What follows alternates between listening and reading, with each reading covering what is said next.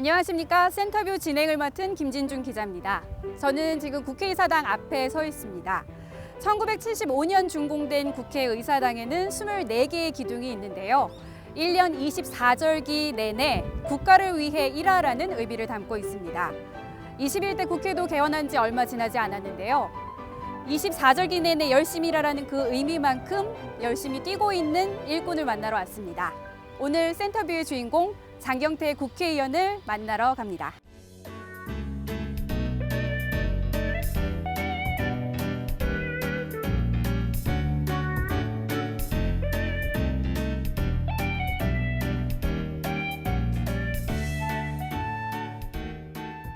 안녕하세요, 의원님. 반갑습니다. 네, 안녕하세요. 반갑습니다.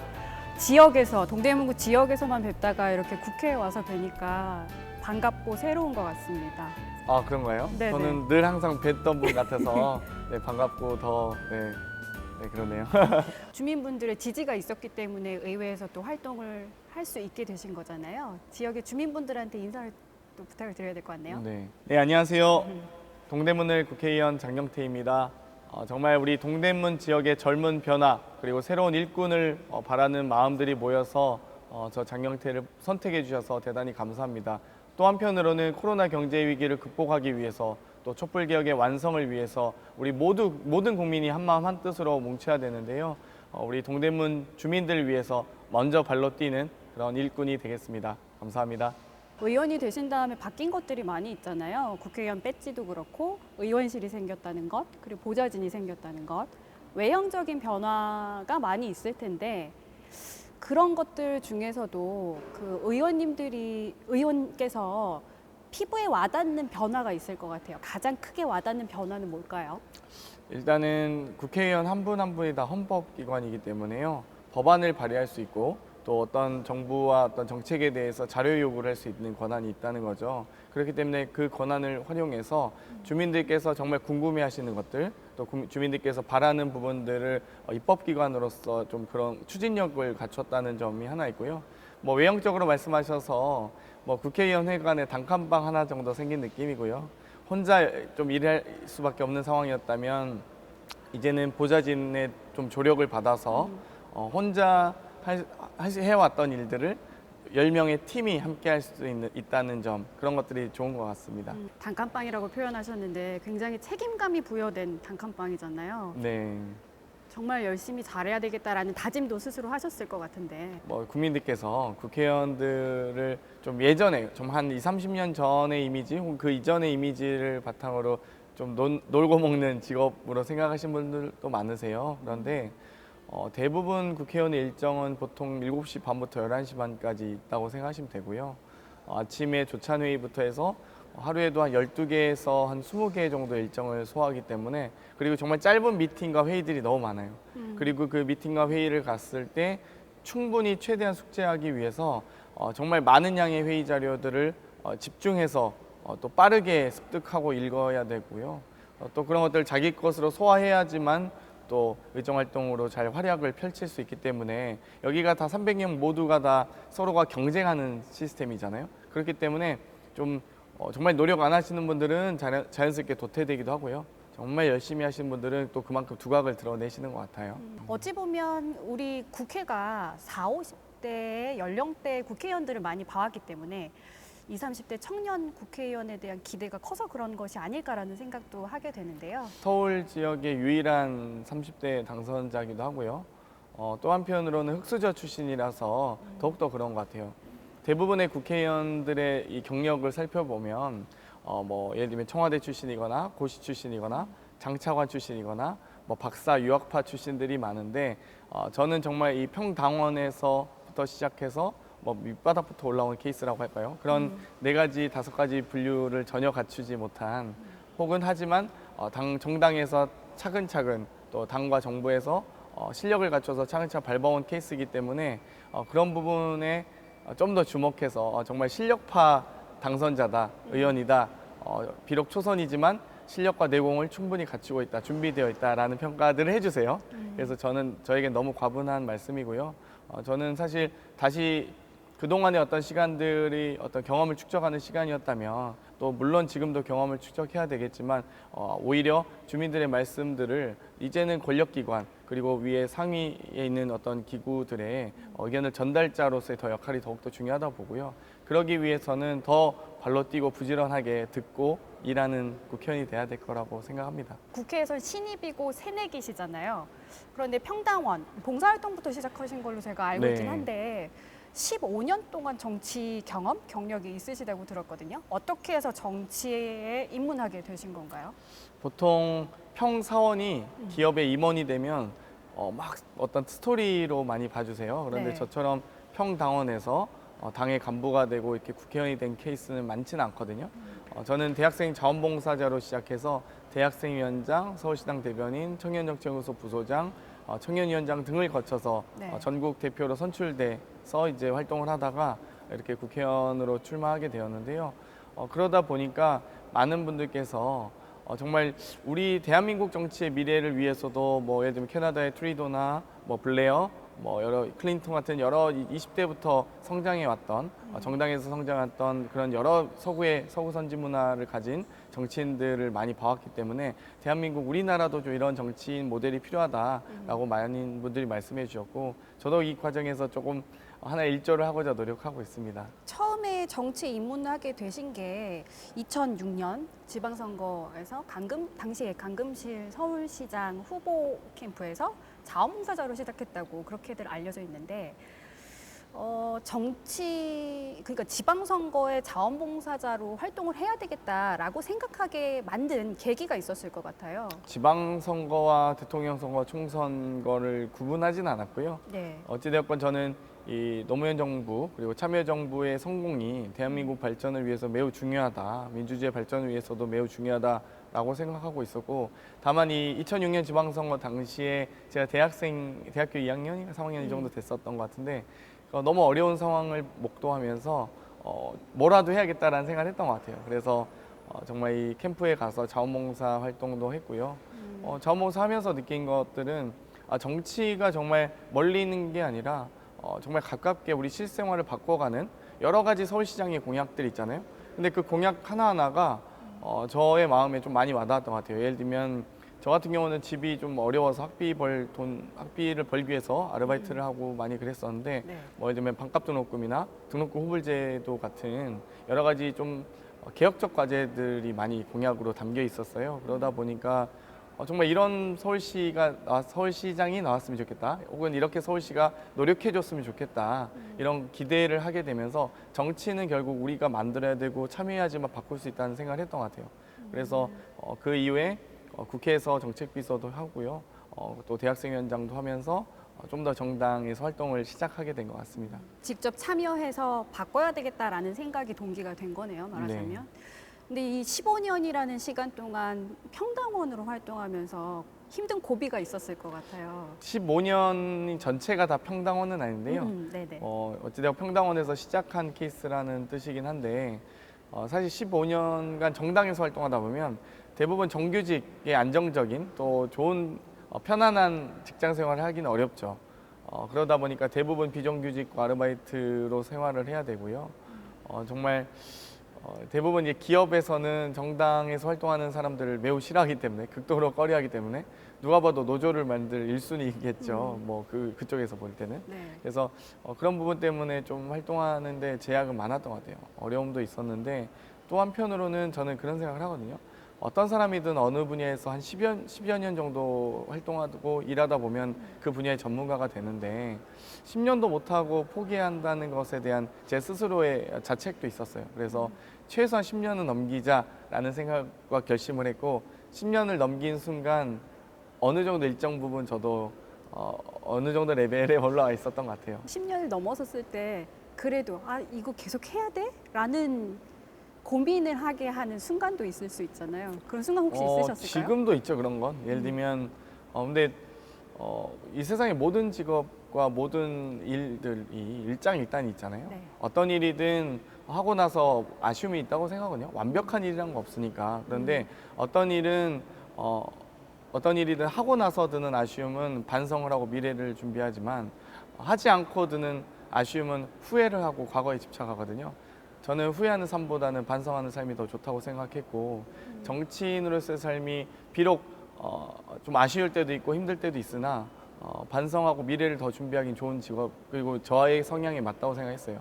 그래서 지금 부족하고 매우 깨지고 있지만 또 그럼에도 불구하고 또 다시 일어서고 성장하는 계기를 만들고 있습니다. 또 하나의 힘든 시기가 있었을 것 같아요. 제가 추측하기에는 이번에 선거이지 않았을까라는 선거요? 생각이 드는데 이번 선거운동 당시에 동대문 을 지역이 굉장히 핫했거든요. 30대 젊은 청년대 그 3선의 현역 국회의원의 대결로 굉장히 주목을 받았거든요. 제가 취재하면서도 과연 30대 젊은 청년 의원이 탄생할까라는 기대를 하면서 취재를 했던 기억이 있는데 당시 후보로서 어떤 생각이 드셨어요? 내가 두려움도 있으셨을 것 같고 걱정도 있으셨을 것 같은데. 사실 전국에서 거의 유일하게 3자 대결 구도로 네. 치러졌기도 하고 또 그 3자 대결의 상대 두 분이 공교롭게도 3선의 국회 상임위원장 현직 상임위원장이셨고요. 대부분 두 분 다 또 워낙 또 출중한 역량을 갖고 계신 분들이었기 때문에 예를 들면 또 특히나 또 서울 지역에서 일어나는 선거의 경우 주민들께서 상당히 정치적인 관심도가 높으세요. 그래서 뭐 친분해서 뽑는다든지 그렇기보다는 어떤 정당과 정책을 보고 많이 선택을 하시는데 예를 들면 서울에서 저 다음으로 이 젊은 국회의원이 고민정 의원인데 고민정 의원은 청와대 대변인에 이미 엄청난 인지도를 갖춘 분이었고 저 같은 경우는 그런 인지도를 갖추지 못한 상태에서 두 분의 3선 현역 상임위원장 출신의 국회의원과의 경쟁이었기 때문에 저 같은 경우는 좀 뭐랄까요 배우면서 선거운동을 많이 했던 것 같아요. 좀 일단 배우는 자세로 일단 시작을 했고요. 두 분이 진짜 잘하는구나 이런 생각을 많이 느끼면서 또 그 속에서 또 영감을 얻었던 것 같아요. 저는 그게 바로 젊은 후보들의 강점이자 장점이라고 생각하거든요. 단순히 그냥 보고 바라보면서 뭐 그냥 관망하는 상태로 선거운동 했다면 아마 필패했을 겁니다. 그런데 저는 그 속에서 플러스 알파를 더 만들면서 선거운동을 했고요. 두 분이 어찌됐건 3자 대결이 펼쳐졌을 때 첫 여론조사에 대한 관심이 엄청나게 높았었죠. 그리고 각각이 생각하는 순위가 다 달랐었는데 저는 좀 많이 우세한 결과로 나와서 처음부터 좀 승기를 잡았던 것 같아요. 그럼 선거운동 하시면서도 내심 기대를 하면서 쾌재를 부르고 계셨을까요? 그러니까 뭐 저희도 이제 빅데이터 선거를 많이 회자되고 하는데요. 뭐 민주연구원에서의 빅데이터와 또 타 연구소의 빅데이터 그리고 저희가 자체로 분석한 빅데이터 세 가지를 바탕으로 해서 선거운동 방식들을 전략을 짰었기 때문에 그리고 또 언론에 공개되지 않는 여론조사 결과들도 많이 저희가 가지고 축적하고 있으면서 선거를 많이 치렀어요. 그래서 저희가 약한 부분이 뭔지 또 약한 지역이 어딘지를 분석을 많이 했죠. 사실. 일각에서는 젊은 정치인들, 정치를 뭐 배우는 분들한테 기초의원부터 다져라, 지역부터 경험을 쌓고 올라와라 라는 얘기들을 하잖아요. 좋은 얘기죠. 이런 말씀도 들으시기도 하셨을 것 같은데. 그러니까 제가 만약에 지금 막 정치를 시작했다면 기초의원으로 나가는 게 맞을 것 같고요. 근데 저는 정당에서 이제 오랫동안 또 활동하면서 중앙 정치에서 또 중앙 정부의 예산을 검토했던 또 예산 검토하면서 실력을 쌓아왔기 때문에 저는 그렇게 생각해요. 기초의회에도 60대가 필요하듯 국회에도 20대가 필요하다라고 말씀을 드리는데요. 만약 기초의회에 20, 30대가 있고 방금 그 논리대로 하면 20, 30대는 다 기초의회에 있고 40, 50대는 다 광역의회에 있고 60대, 70대는 국회에 있어야 되거든요. 그런데 사실 7선, 8선 구선하거나 70대만 모여있는 국회가 절대 좋은 국회라고 말할 수 없을 겁니다. 그렇죠. 가장 좋은 국회는 국민을 닮은 국회거든요. 새로운 시각과 다양한 가치관들이 계속 들어오면서 보다 넓은 국회를 만들어가는 것이 중요한데 만약 가장 실력을 쌓고 연륜을 충분히 쌓고 그런 어떤 노련미를 갖춰서 국회를 구성하는 60대 국회가 된다면 혹은 70대 국회가 된다면 과연 그 국회가 제대로 된 민의를 반영할 수 있는 국회일까요? 저는 아니라고 생각해요. 의원님께서 올해 나이가 만으로 만으로 하면 돼요. 38입니다. 38이시죠. 그 동대문 발전의 차세대 주자라고 계속 강조를 해오셨는데 젊음, 38이 젊죠? 젊음이 갖고 있는 강점 뭐라고 생각하세요? 일단 역동성과 어떤 그 발전 가능성 그리고 지속 가능성 세 가지라고 보는데요. 방금 말씀하셨듯이 사실 젊기 때문에 보다 아마 활동 반경이나 뛰어다니는 반경 등은 훨씬 더 넓을 거예요. 역동성은 당연하고 앞으로 제가 그리고 앞으로 정치를 최소한 저는 한 20년 할 거라고 생각하는데요.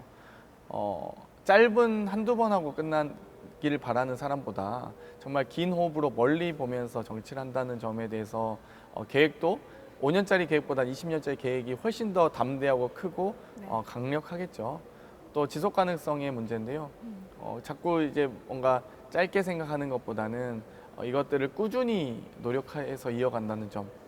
저는 그 꾸준함도 매우 중요하다 생각하는데 이 15년간 중앙 정치에서 정말 이 어렵고 힘든 과정이 많았을 텐데 이곳에서도 버티고 이겨내서 여기까지 왔다면 아마도 동대문 발전을 위해서도 충분히 저는 그만큼 그 이상으로 노력할 거라고 생각합니다. 지금의 젊은 사람들이 갖고 있는 걱정, 고민을 대변해주고 또 문제를 해결할 수 있다는 부분도 굉장히 큰 장점일 것 같아요.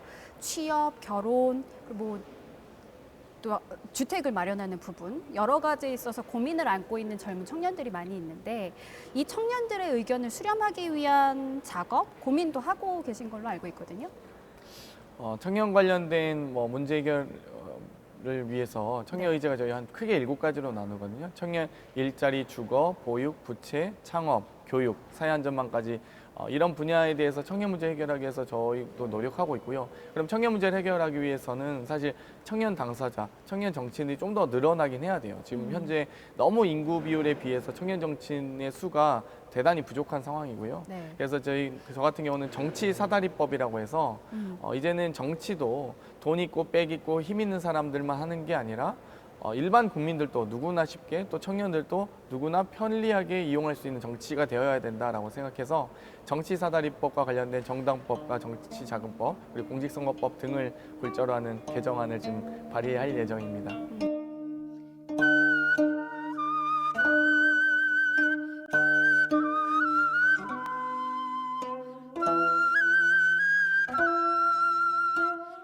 평당원으로 시작해서 이제 국회의원이 된 지금까지 장경태 의원에게 지표가 된, 삶의 지표가 된 순간이 언제일까 굉장히 궁금한데 그래서 사진 하나를 꼽아달라고 저희가 부탁을 드렸어요. 네, 이 사진을 꼽아주셨더라고요. 네, 설명을 좀 해주실까요? 이때가 2009년 노무현 대통령께서 서거하시고 연결식장에서 나와서 시청을 지나가는 길목이었던 걸로 기억을 하는데요.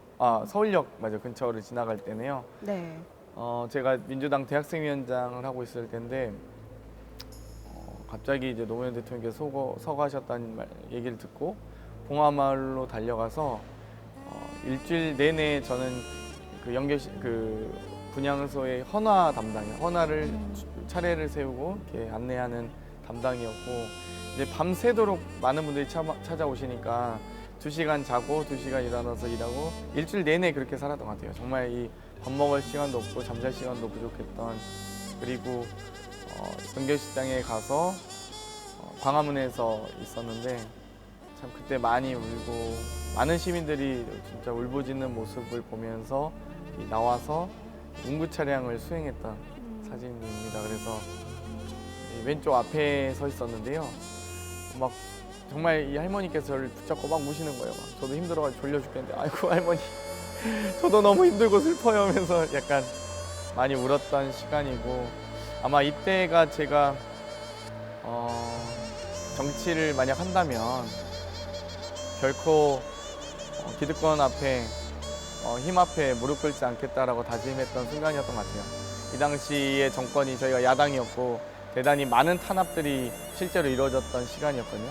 그래서 쉽게 포기하지 말자.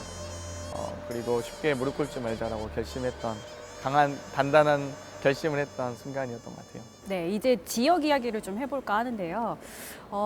지난 선거 당시에 여러 공약들을 내걸으셨는데 그 중에서도 대표 공약으로 분당선 연장, 그리고 지역 현안이었던 고등학교 유치, 또 지역 내 산업 일자리 구축 이런 부분들에 대해서 언급을 하셨는데 하나하나 좀 짚어볼까 합니다. 먼저 면목선 경전철 사업 이 부분을 좀 말씀을 드리고 싶은데 4월에 그 선거 당시 선거 방송 토론 이 진행될 때 굉장히 인상 깊은 말씀을 하셨어요. 지킬 수 있는 약속만 하겠다. 네. 그 말씀을 하시면서 이게 예비 타당성도 통과 못하고 앞으로 남은 부분도 많이 있는데 이 사업보다는 다른 쪽을 권하겠다라는 뉘앙스의 말씀을 하셨었는데 우선 면목선 경전철 사업 어떻게 추진될 걸로 좀 보고 계세요? 일단 제가 대표 공약으로 말씀드렸던 우리 동대문 특히 을 지역 같은 경우는 이 동대문을 관통하는 지하철이 없어요. 그래서 거기 교통 편의에 대한 수요가 대단히 높은 지역인데요. 사실 지금 현재 예타와 기본 계획이 일정하게 수립되어 있는 면목선과 함께 또 저는 이 청량역까지 들어와 있는 분당선을 연장해서 할 수 있는 방안들이 좀 좋겠다라는 또 제안을 했고 중앙당 정책위에서 좀 이 논의 과정이 있었어요. 그래서 일정하게 또 가능성이 좀 있는 사업으로 좀 선정이 채택이 돼서 저 같은 경우는 이 또 공교롭게도 상임위를 국토교통위원회로 가게 되었습니다. 서울 지역의 초선은 정말 가기 어려운 위원회이긴 한데요. 저는 이제 분당선과 면목선이 어떤 게 더 실효적이고 또 추진이 더 빠르게 될 수 있는지에 대해서 지금 검토에 착수했고요. 아마도 저는 어떤 형태로든 동대문을 관통하는 지하철을 놓기 위해서 앞으로의 4년을 다 바칠 생각이고요. 그뿐만 아니라 방금 말씀하셨듯이 뭐 시립 어린이병원이라든지 고등학교 유치 추진 그리고 모빌리티 클러스터라든지 또 문화 복합관 등을 유치하는 것을 지금 골자로 하고 있는데요. 서울시 교육청과 당정 협의를 했어요. 그래서 고등학교 유치와 관련된 혹은 고등학교 반 개설을 위해서 저희가 노력하고 있고 일정한 형태로 지금 추진하고 있습니다. 그래서 아마 또 얼마 뒤에 제가 그 부분에 대해서 일정한 추진한 경과를 좀 주민들께 의정 보고를 통해서 보고드릴 예정이고요. 또 모빌리티 클러스터 같은 경우는 이번에 답심리 자동차 부품 상가에 대한 개발 계획이 도시계획이 서울시의회 도시계획위원회를 통과했습니다. 그래서 그 부속 상가와 관련된 일정한 어떤 특례지구 선정에 대해서 통과가 되었고, 저도 이제 국토교통위 차원에서 이번에 교통 관련된 산업 육성 지원책들이 있어요. 그래서 그 부분을 특히 답심리와 장안동 자동차 매매 상가 혹은 이 부품 상가에 있는 곳 위주로 좀 선정하려고 노력하고 있고요. 또 특히 이번에 드론 택시 등이 지금 국토부에서 좀 중점 사업으로 추진하고 있는데 이런 부분 또한 아마 우리 동대문에 유치할 수 있도록 노력하고 있습니다. 정말 사실 너무 많은 일들이 일어나고 있고 4년이 대단히 짧습니다. 그렇기 네. 때문에 저도 임기 초반에 국토위를 가야 임기 후반에 안정적으로 추진할 수 있다는 생각을 했고, 저도 좀 국토위 가기 위해서 많은 노력을 했는데요. 아마 이번에 아마 6개월 내에 동대문과 관련된 앞으로 4년간의 계획이 일정하게 완성될 것으로 보고요. 모든 일정한 연구 계획들이 완성될 걸로 보고 있고, 그 이후에 아마 최소한 정책을 실현하기까지 한 3년 정도 걸리거든요. 그래서 앞으로 좀 3년간의 좀 계획을 잡고 추진해 갈 생각입니다.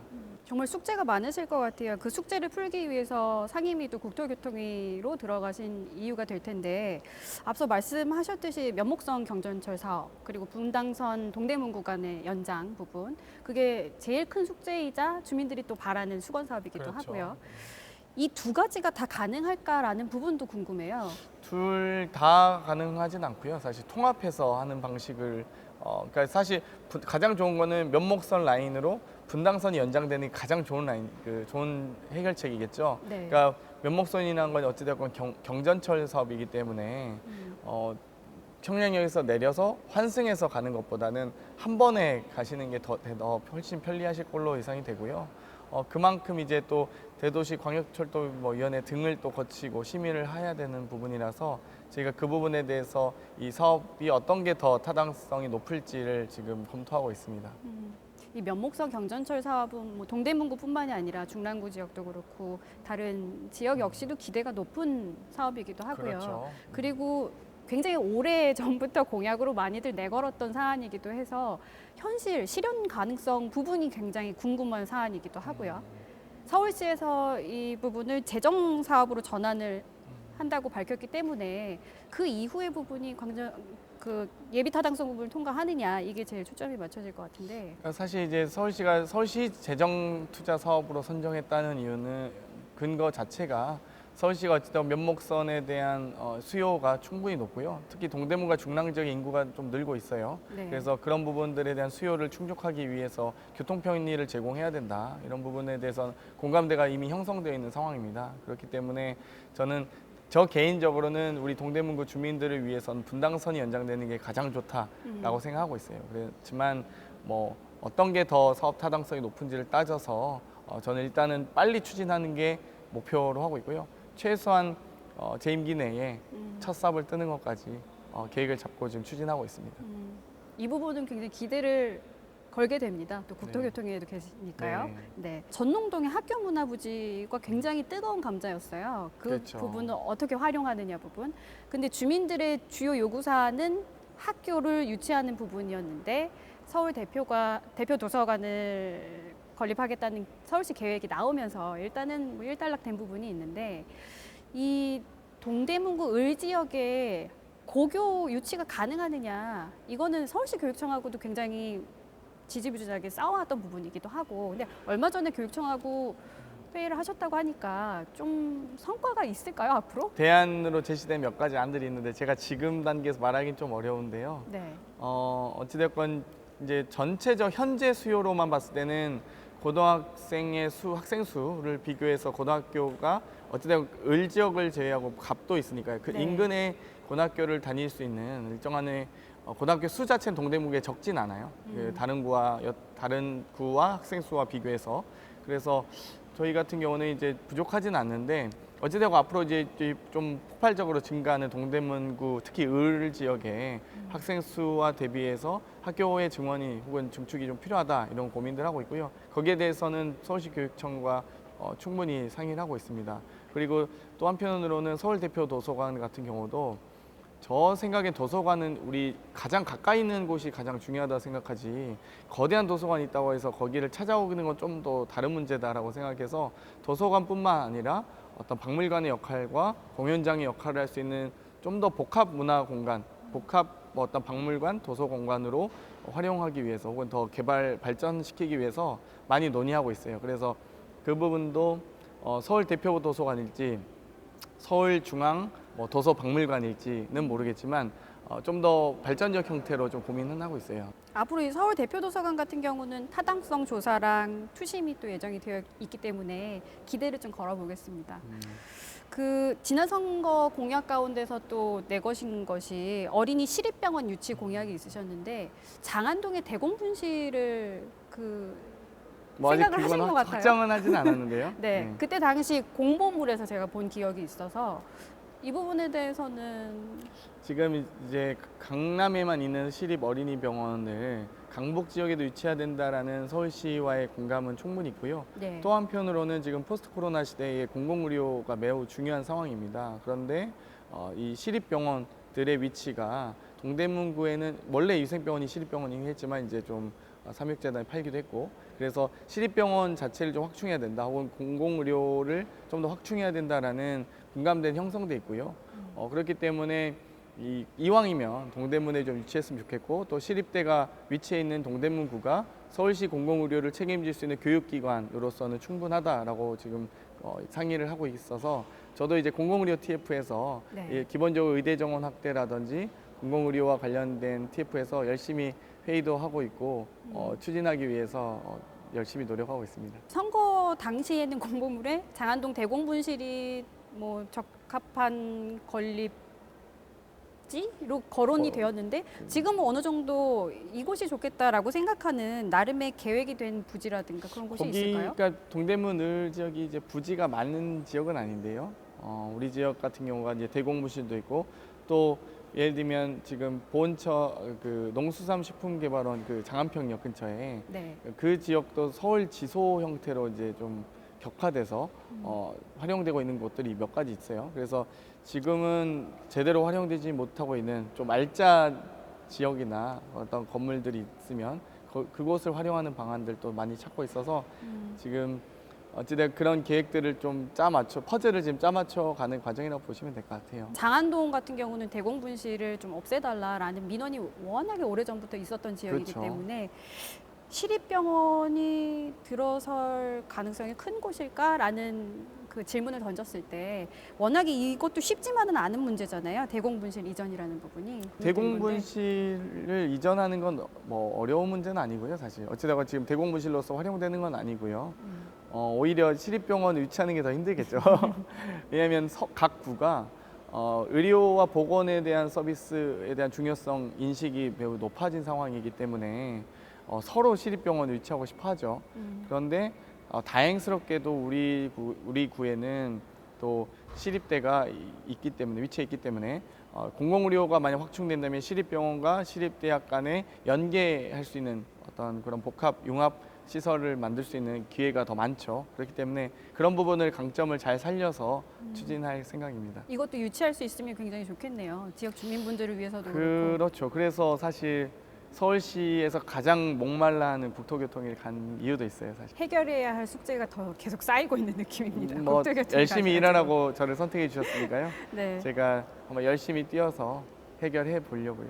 앞서서 의회 들어와서 제1호 대표 법안으로 생각하시는 게 정치사다리법이라고 말씀을 하셨는데 21대 국회에서 꼭 통과시키고 싶은 법안을 택배산업 안심안전법이라고 꼽아주셨어요. 이유가 있으실까요? 네, 택배산업안심안전법 같은 경우는 저는 이제 택배산업이 정말 국민 힐링 산업이라고 생각하거든요. 정말 이 집에 딱 돌아갔을 때 택배가 도착해 있는 모습을 보면 다들 행복해 하시잖아요. 그런데 이 온 국민이 이용하는 서비스인 버스는 준공영제를 시행하고 있는데 온 국민이 이용하는 서비스잖아요. 택배는 이제는 백화점 쇼핑보다는 온라인 쇼핑을 하는 시대에 왔고 그렇기 때문에 이 택배 산업만큼은 좀 이제 공공 서비스화 해야 된다라는 생각을 가지고 있어요. 그래서 택배를 배달하시는 기사님들의 어떤 근로 조건이나 처우도 강화하고 또 택배를 수령하시는 여성과 장애인도 안심하고 편리하게 수령하실 수 있도록 좀 더 발전시켜야 된다라는 생각을 하고 있고 또 한편으로는 제가 2월에 이 공약을 말씀드렸었는데 포스트 코로나 시대에 비대면 서비스가 대단히 강화되고 있고 비대면 산업이 더 중요해지고 있거든요. 네. 택배 산업이 비대면 산업과 서비스의 가장 중요한 부분입니다. 그렇기 때문에 이런 점에서 전 택배 산업법이 대단히 좀 중요하다라는 생각도 하고요. 또 이런 공공 서비스 같은 경우는 지역 발전이나 분권 혹은 또 어떤 도서 지역에 대한 발전과 배려에도 매우 좀 의미 있는 산업이라고 생각해요. 그렇기 때문에 예를 들면 도서 지역이나 낙후 지역에는 택배 요금을 더 받잖아요. 네. 사실 그곳에서 살려고 하면서 그곳의 교통이 안 좋은데 택배 비용까지 높게 책정한다면 또 그분들의 소득도 당연히 낮을 가능성이 높은데요. 더 이중고에 시달리게 되겠죠. 그렇기 때문에 그런 부분들을 좀 뭐 공공택배 서비스 혹은 반값택배 서비스 이런 식으로 저희가 아이디어를 많이 내서 좀 온 국민이 좀 동등하고 평등하게 이용할 수 있는 서비스로 개발하고 있습니다. 여러 가지 고심해서 고민해서 만든 법안이기 때문에 꼭 통과되면 4차 좋겠습니다. 산업혁명 시대에 맞는 법안이라고 생각합니다. 네. 또 국토교통이 또 해당 법안이에요. 네. 지역뿐만이 아니라 전반적으로 아우르는 네. 활동들이 굉장히 기대가 됩니다. 이렇게 장경태 의원님과 같은 청년 정치인들이 앞으로도 많이 늘어야 할 텐데 이렇게 변화하기 위해서 이 청년 정치인들이 많이 발을 딛기 위해서는 기성 정치도 변화할 부분이 분명히 있을 것 같아요. 의원님이 생각하시기에는 지금 현재의 기성 정치 어떤 부분이 바뀌어야 된다고 좀 생각하세요? 일단 기성 정치가 약간 폐쇄적이죠. 그리고 일하지 않는 국회의 모습들을 많이 보여왔던 것 같아요. 그러니까 사실 이 국민들께서 국회의원들이 싸우는 모습을 대단히 보기 싫어하시거든요. 그런데 저는 국회의원들은 좀 싸워야 된다고 봐요. 대신 그 싸움이 정책과 어떤 노선 그리고 비전을 가지고 논쟁하는 싸움이 돼야겠죠. 가장 나쁜 정치는 국민을 싸우게 만드는 정치거든요. 그러니까 국회의원들이 싸우고 논쟁하면서 스스로 어떤 게 옳을지를 찾아가는 방법을 찾아가는 그런 논쟁이어야 되는데 대부분 자기들은 그 논쟁과 싸움에 나서지 않고 국민들에게 맡겨서 정말 광화문으로 이렇게 내몰리는 그리고 국회의원이 국회에서 일을 해야 되는데 자꾸 밖에 나가시고 안 들어오시고 그러니까 이 학교가 개학을 했는데 반편성도 안 돼 있고 뭐 수학이 2교시인지 영어가 3교시인지 시간표도 안 짜져 있어요. 이제는 공부할 시간이다. 국회의원들은 국회에서 일할 시간이다라는 말씀을 좀 드리고 싶어요. 이 부분 한편의 문제라고만 치부할 수는 없는 거잖아요. 어떻게 하면 고쳐 나갈 수가 있을까요? 그러니까 일단 저는 국회가 가장 중요한 게 입법기관이잖아요. 법을 만드는 곳인데 법을 만드는 곳에서 법을 지키지 않아요.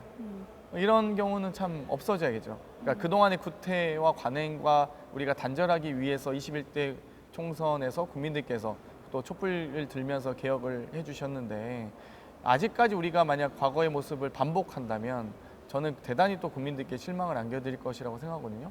국회법이 정한 국회 등원 임기 시작 후에 7일 이후에 국회의장단을 선출하게 되어 있고 3일 후에 상임위원장을 선출하게 되어 있는데 계속적으로 차일피일 날짜를 미루게 한다든지 혹은 상임위원을 제출해야 되는 교섭단체 대표가 상임위원 명단을 제출해야 되는데 또 명단을 제출하지 않을 시 의장이 배분할 수 있는 권한을 국회법에 만들어 놓고 막상 배분하니까 또 그게 마치 의회 독재인 것 마냥라고 호도하는 것은 매우 바람직한 방법과 모습은 아니다. 너무 20대 국회의 동물 국회를 보면서 많은 국민들께서 실망하셨고 또 거기에 대해서 21대 총선에서 분명한 투표로서 국민들께서 강력한 회초리를 드셨거든요.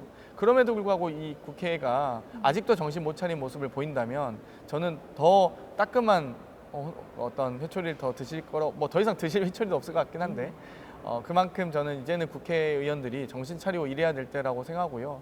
특히나 지금 코로나19로 인해서 지금 민생 경제가 매우 어려운 상황에 빠져 있거든요.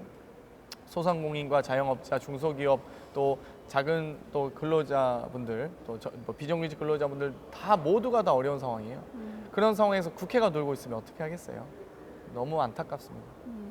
폐쇄적이지 않은 국회, 일하는 국회를 만들기 위해서는 소통 또한 중요하다고 생각이 들거든요. 그 민주당 내 소통뿐만이 아니라 여타 다른 당과의 소통을 위한 노력은 어떻게 하고 계십니까요? 저희가 여당이고 다수당으로서 국민의 선택을 받았다면 거기에 대한 국민의 의사를 좀 존중받아야 된다고 생각하거든요. 그러니까 저희가 잘나서 존중해달라는 게 아니라 국민의 의사이기 때문에 존중해달라고 하는 건데 그 의사를 좀 반영하지 않는 모습들이 보여서 좀 아쉽고요. 앞으로의 이제 21대 국회의 모습을 어떤 모습으로 국민들께 보여드리고 다가갈 수 있을지를 이제는 좀 더 진지한 모습으로 이 양당 혹은 여러 정당의 대표자들이 지도부가 좀 고민하고 노력했으면 좋겠습니다. 본인의 정치 롤모델 노무현 대통령이라고 볼 수 있을까요? 저는 노무현 대통령과 김대중 대통령 두 분 모두 사실 가장 존경하는 두 분이죠. 영향을 좀 많이 받으셨겠네요, 정치 활동에 있어서. 김대중 대통령님은 사실 저는 거의 책으로 만났고요. 노무현 대통령님은 어떤 정책으로 만났던 것 같아요. 그래서 실제 노무현 대통령께서 펼치셨던 정책들이 저의 삶에 많이 다가오기도 했고 저의 삶을 많이 결정하기도 했죠.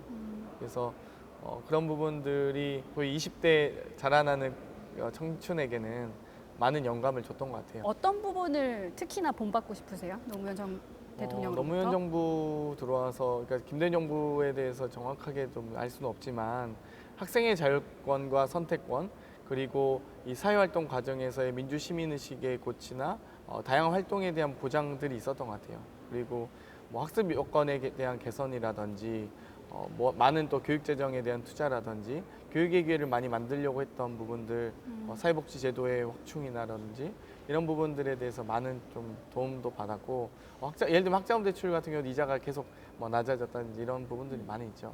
좀 멀리 내다봤을 때 장경태 국회의원이라는 사람이 어떤 정치인으로 하고 싶으신지 정치적 목표? 그게 궁금한데요. 저는 사실 평범한 커리어를 가진 혹은 평범한 캐릭터의 국회의원이라고 생각하거든요. 혹은 정말 가장 청년과 비슷한 사람이라고 생각하기 때문에 나중에 4년 뒤 의정활동에서 300명 중에 가장 국민을 닮은 국회의원으로 기억되고 싶습니다. 국민을 대표하는 국민이 국민을 기억하는 닮은. 국민을 닮은. 네, 똑같이 저도 소나타 타고 다니고 있고요. 원룸에서 살고 있는 독거 청년으로서 제가 국회의원이 이제 상전을 뽑는 시대는 끝났어요. 일꾼을 뽑는 시기이기도 하고요. 국회의원이라고 해서 제가 신분 상승을 했다거나 제 계층이 달라졌다고 생각하지 않아요. 그렇기 때문에 정말 똑같은 국민으로서 저도 주민의 한 사람으로서 동대문을 바라보고 있고 청년의 한 사람으로서 청년 문제를 바라보고 있기 때문에 국회의원은 단지 수단일 뿐이죠. 국회의원의 지위와 어떤 권한은 어떤 도구이기 때문에 저 스스로가 당사자라는 생각으로 제가 평생 앞으로 아직 결혼도 못했는데 평생 살아갈 제 아이와 제 가족이 함께 살아갈 동대문구를 만들고 싶고요. 또 제가 앞으로 살아갈 대한민국을 만들고 싶습니다. 우리의 대담도 거의 끝으로 향해 가고 있는데요. 고마운 국민 그리고 고마운 주민분들한테 들려주고 싶은 메시지 그거를 음악으로 좀 추천해 달라고 저희가 부탁을 드렸는데요. 그 음악을 먼저 좀 들어볼까요?